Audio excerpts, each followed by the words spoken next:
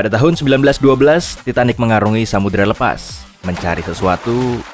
Hey, tak banyak kata memiliki rima sama dengan 12, oke? Tapi itu benar.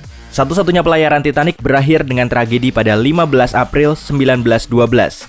Saat kecelakaan terjadi, Titanic adalah kapal paling besar dan paling mutakhir yang pernah dibuat. Dan ini membuatku bertanya-tanya. Setelah pemutakhiran lebih dari 1 abad, bagaimana kapal pesiar saat ini berbeda dengan zaman Titanic? Ya, tentu kita tahu. Mereka sekarang diharuskan membawa skoci lebih banyak, tapi bukan itu yang membuatnya jadi primadona. Mari kita mulai dari ukurannya. Semua orang tahu, Titanic adalah kapal terbesar di masanya. Tapi, sebesar apa tepatnya? Titanic membentang 250 meter dari busur hingga ke buritan, dan lebarnya 28 meter. Ketinggian 9 geladak kapal ini sangat mengesankan, hingga 53 meter, membuatnya setara dengan gedung 11 tingkat. Didesain untuk mengangkut 2.400 penumpang dan hampir 900 awak kapal. Titanic sungguh nama yang sesuai. Meski jika Titanic berhasil menghindari gunung es, Titanic tidak akan lama memegang rekor tersebut. SS Imperator akan mengambil tahtanya 1 tahun kemudian saat berlayar pada tahun 1913. Kapal ini disebut laki-laki. Meskipun dalam bahasa Inggris kebanyakan kapal merupakan kata benda perempuan, Kaisar Wilhelm II secara khusus meminta agar kapal tersebut menggunakan kata benda laki-laki.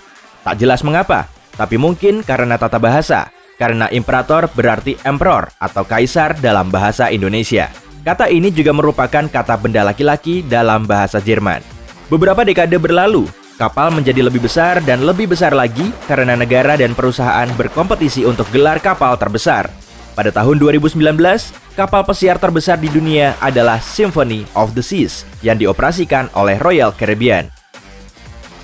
Symphony mengerdilkan Titanic dari sisi manapun, dengan panjang 361 meter dan lebar 66 meter ke 18 geladaknya membuat ketinggian kapal ini 2 kali lipat ketinggian Titanic dan menyediakan akomodasi yang sangat luas bagi lebih dari 5.000 penumpang.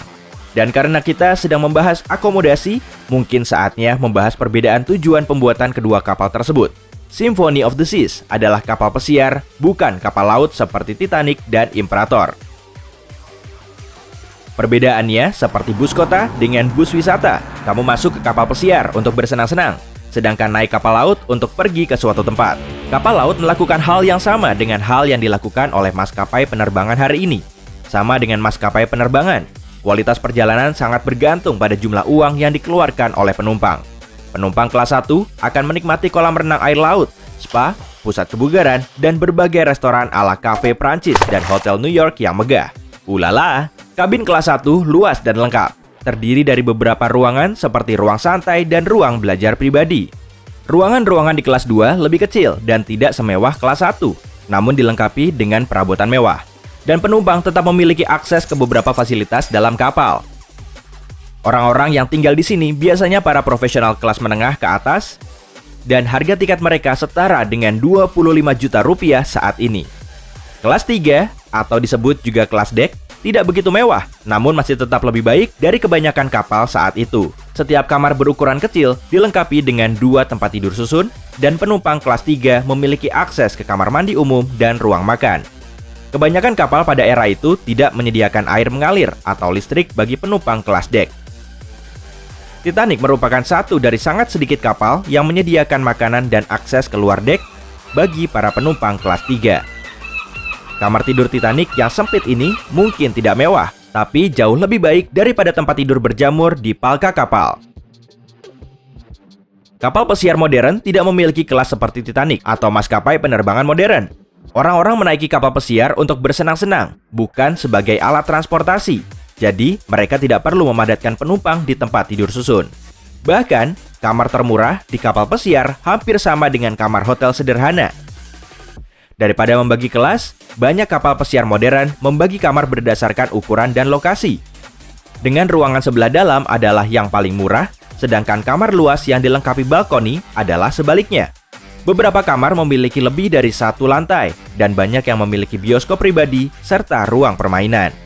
Kamar Ultimate Family milik Symphony of the Seas bahkan dilengkapi dengan luncuran untuk anak-anak. Bukan berarti orang dewasa tidak dapat menggunakannya. Ya, siapa sih yang tidak suka main seluncuran? Selain TV dan seluncuran di dalam kamar, masih ada fasilitas lain di dalam kapal pesiar yang tidak tersedia di awal abad ke-20. Mungkin Titanic punya kolam renang sendiri, tapi banyak kapal pesiar modern yang dilengkapi taman air mini, lengkap dengan berbagai atraksi seperti seluncuran dan kolam gelombang. Fasilitas lain mungkin seperti kursus golf, tempat pertunjukan, dan tempat penitipan anak. Tiket deluxe mungkin memiliki fasilitas yang tidak dapat dinikmati semua orang, dan beberapa restoran dan pertunjukan akan memerlukan biaya tambahan. Tapi tidak seperti Titanic. Kebanyakan fasilitas dapat dinikmati oleh semua penumpang. Sekarang, kapal tidak berubah dari mesin bertenaga uap hingga menjadi tempat peristirahatan bertingkat begitu saja. Pembangunan kapal melewati tahapan yang panjang sebelum tempat liburan besar ini menjadi kenyataan. Titanic dibangun di pelabuhan Belfast di atas landasan yang khusus dibuat untuk menampung muatan yang belum pernah ada. Di atas dok ada struktur baja besar yang disebut Arroll Gantry.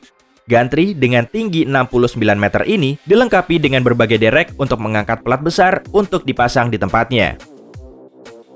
Banyak orang tidak tahu ada kodok-kodok hijau di atas gantry yang bertugas menginspirasi para pekerja untuk krok. Tidak, aku hanya bercanda. Lambung kapal Titanic dibuat dari ribuan pelat yang saling tumpang tindih dengan bagian bawahnya terdiri dari 2 lapis. Ini dilakukan untuk melindungi Titanic dari kerusakan yang disebabkan oleh gesekan dengan dasar laut.